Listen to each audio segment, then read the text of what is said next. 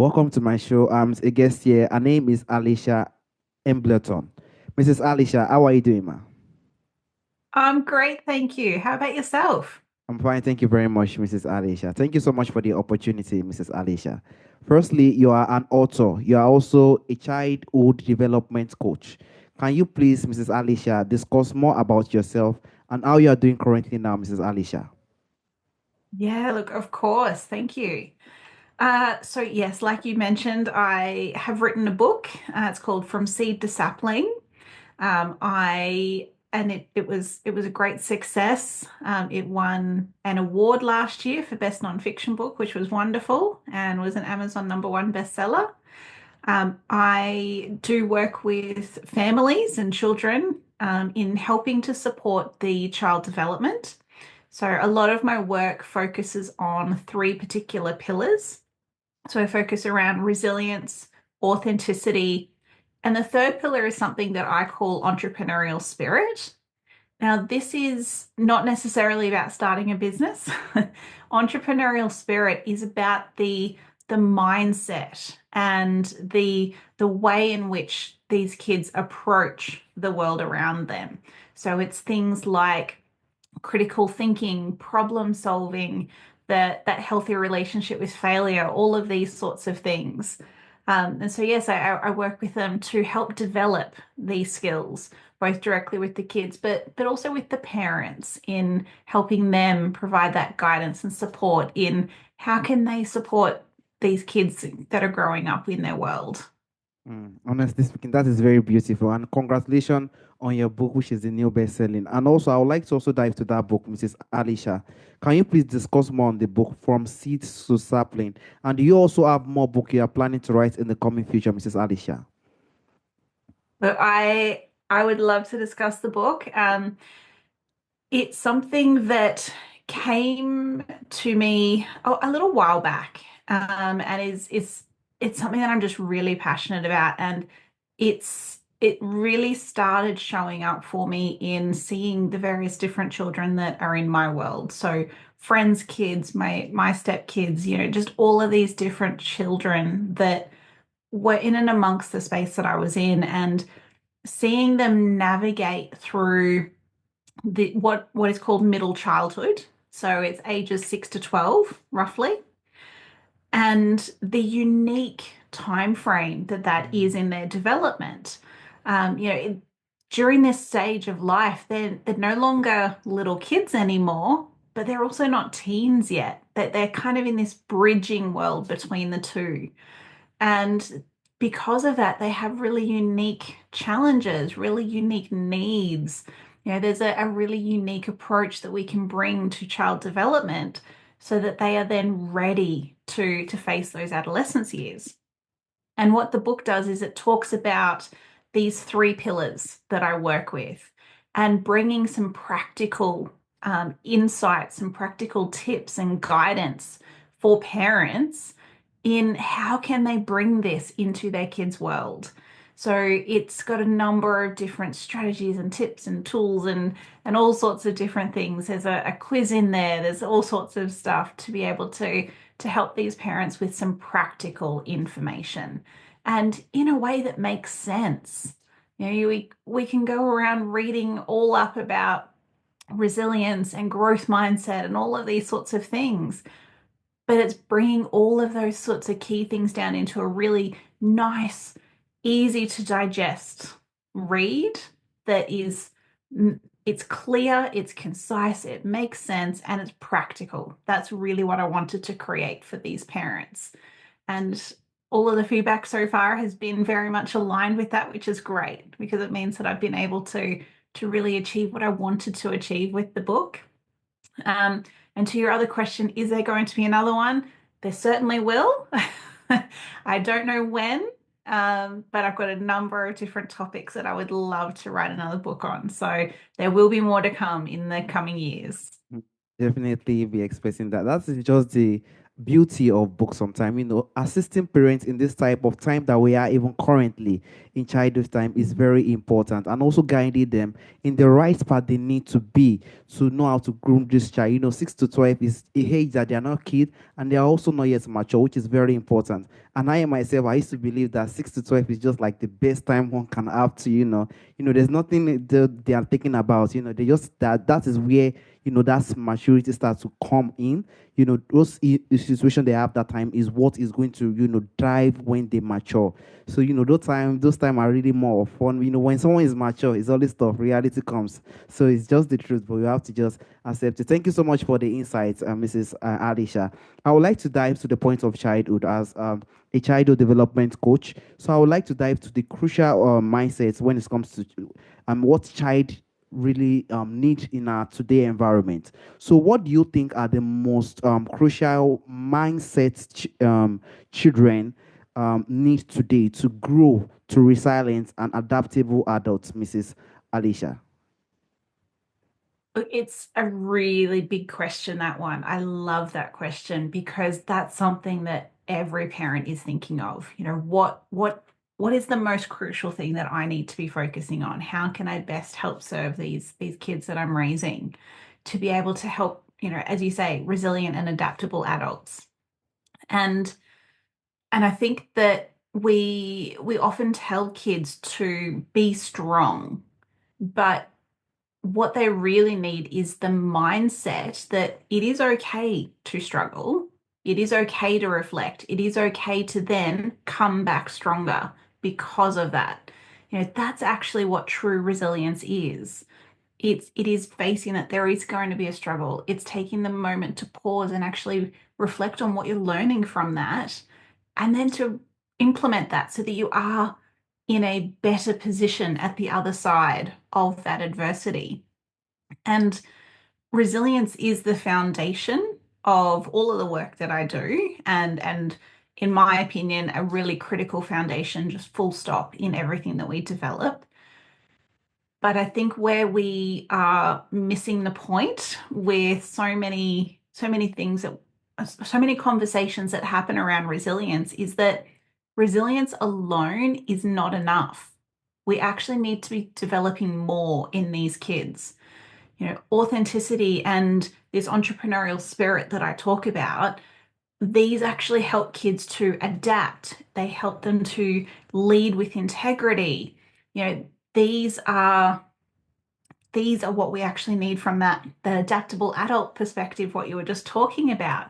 And resilience is going to get us part of the way there, but we need more to be able to actually fulfill the developing of these children into adaptable adults. They need that growth mindset. They need that emotional agility, the flexible thinking, that self-trust from that internal validation sort of perspective there, this, healthy relationship with failure and this positive sort of mindset around the learning journey. So many different things there that come into creating those adaptable adults. Hmm. That is very, very interesting. I have to be honest with you, Mrs. Alicia, because, as a child, having this type of, resilience, getting the child to build in those type of area is very important, most especially in our time today. Because, most of the time, sometimes kids will just probably believe that they might be the only one facing the situation, and that might not even really be the case sometimes, but having a parent who will really know how to guide them, to let them know life is tough, that is how life is. You just have to continue to move on. You just have to accept it. You have to just have this type of, I just have to know how to move on, know how to do things in the right way, and just build that character. I think that's with, and this time that we are having, as you said earlier, is very important. That entrepreneurial skill is very important because they have to have that idea. They have to develop it from childhood. Because for them to survive, for everybody to survive currently now, they have to be financial, assistance now in our time today. So it is very important. Those are the very, very powerful pictures a child needs to have in his child to develop when he's an adulthood. It could make it it would really help him or her in a very long way. Thank you so much for the insight, Mrs. Alicia. And I also like to go to top skills. I do not know, maybe resilience is part of skills, but I would just like to dive to top skills you feel like in our time today, technology is everywhere. We're not really connected to that nature. There's not really more community like before. So, what do you think are the top life skills you believe that every children should learn that aren't often taught in schools currently, Mrs. Alicia? So, oh, see, that's a hard question. what, because trying to restrict it down to just the top life skills, and I think I probably come back to around those same sorts of three pillars that I work on, and I see these categorized into three different types of life skills. So yes, there's resilience, and that's around, failing forward, it's bouncing back, it's all of those sorts of things. There's the authenticity and the interpersonal skills that is around setting boundaries, that self-trust, all of those sorts of skills. And then I think the third one that I call entrepreneurial spirit, but I think what we're looking at here is that self-direction skills.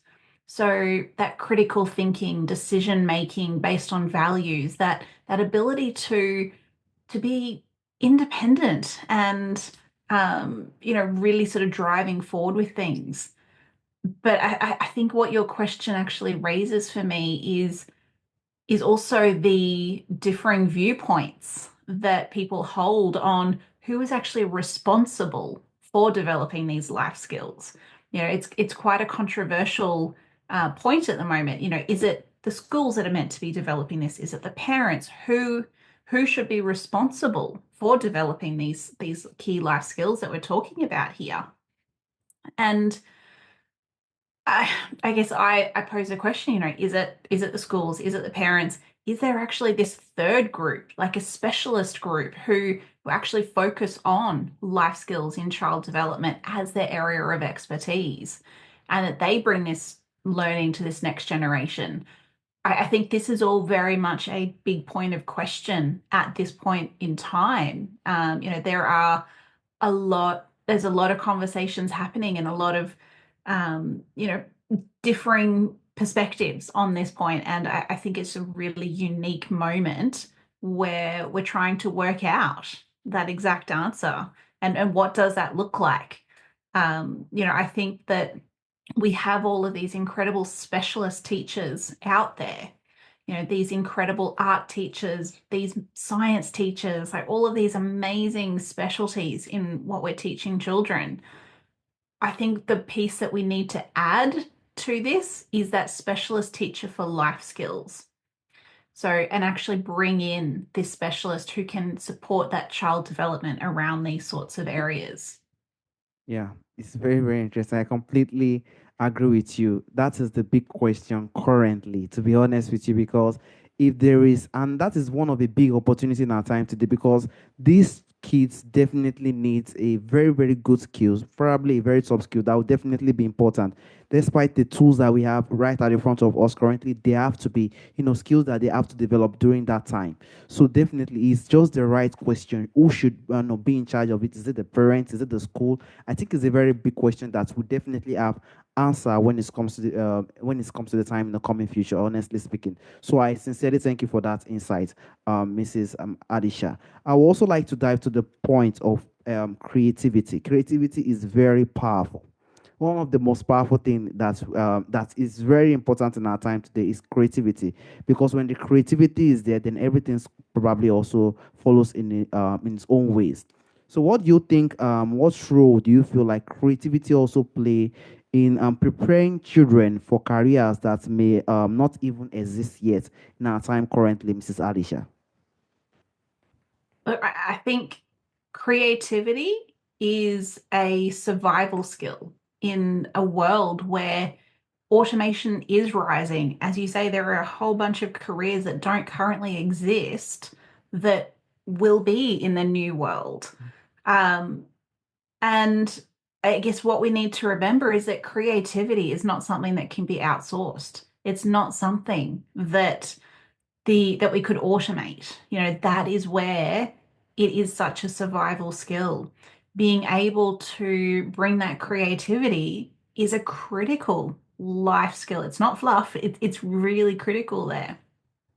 If we think of it like mental cross training sort of thing, it strengthens our brain to be able to pivot to different tasks and to bring that adaptability.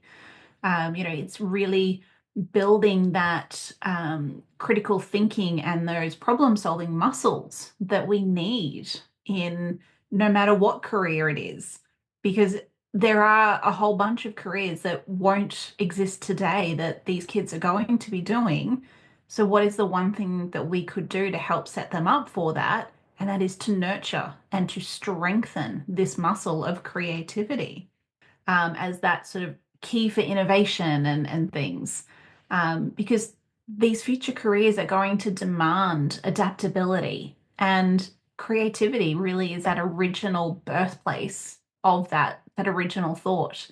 So I think one of the things that we can really do is helping kids with creative play, so that they can then tolerate that ambiguity in those future careers and that continual change and adaptability and flexibility that they need.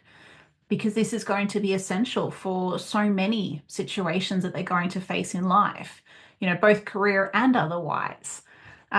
There's so many rapidly evolving industries, and what these kids are going to be joining in the workforce later, that workforce is going to look totally different to what it does today.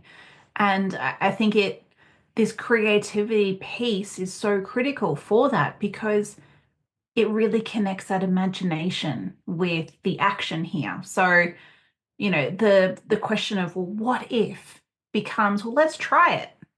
And so it's teaching kids that experimentation, that really healthy relationship with failure as something as so critical for how we practically implement this creativity development in our kids.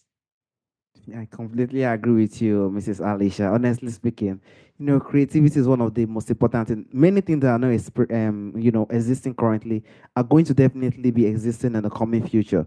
And these are the keys that are going to definitely manage it. There are a lot of industry that deals with creativity, and a lot of people are also using it as a life skill to even survive currently. So the power of creativity is also very important when it comes to kids that are grooming today, because I think the world has really changed. I have to be honest with you, a lot of things has changed. When technology just came in, many things changes. We used to have the normal norms, but everything started to change, and we just have to accept it and know how we could train our children to get to those trends so that they won't see it very difficult during that time. So thank you very much for the insight, Mrs. Alicia. Lastly, Mrs. Alicia, I would like to dive to the red flags. Technology is beautiful. It has its good side. It definitely has its bad side. Honestly speaking, most especially for children. So, what do you think are Mm. some of the developmental red flags in children today, in adults, that might be missing due to probably technology and business, Mrs. Alicia?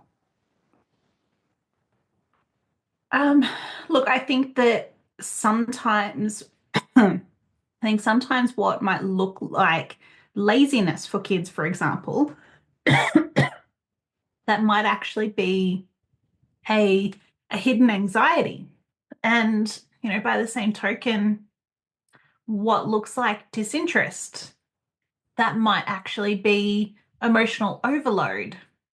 Um, it could be that there is this flattened emotional expression, or this sort of apathy of, I just don't care, sort of perception that we're seeing. But it could even just simply be something as simple as, and it's something that I've seen time and time again. So before I sort of started a lot of this work, I had quite an extensive career within the HR industry, so human resources. And I would see people joining the workforce year upon year upon year, where they would actually struggle with face to face communication, being able to pick up the phone and phone somebody and actually have a verbal dialogue, be it on the phone or in person, rather than hiding behind an email or a text message or some sort of written form. So I think this struggle with communication again is something that we're really seeing coming out of all of this. Along with the sustained attention issues, and yeah, there's so many sorts of elements there. But I think what we're sort of seeing is, as well, is an issue with perfectionism that is coming out of all of this. If we think of what kids are seeing is a lot of perfected ish, AI filters put on things or whatever it is. There's a lot of perfection that is being perceived through that technology sort of lens there.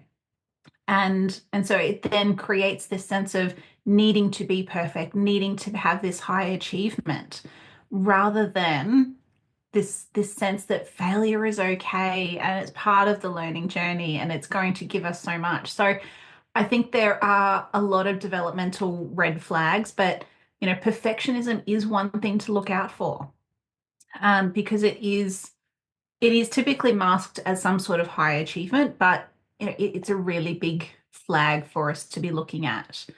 And, if we are seeing any of these sorts of things come up, it then raises the question of, well, what do we do?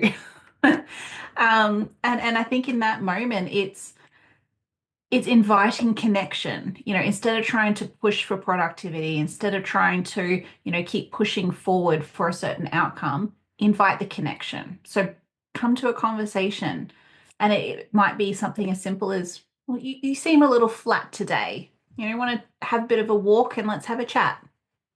And it's just opening that opportunity for them based on some of the things that you see, be it the laziness hidden and hiding the anxiety, or the disinterest for the emotional overload, or whatever it might be that you're starting to kind of get a sense that there's something there.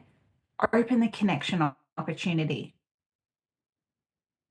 Thank you so much for that insight. Honestly speaking, we do not know one is perfect, and also communication is definitely very important. I have to be honest It with is. you, Mrs. Alicia.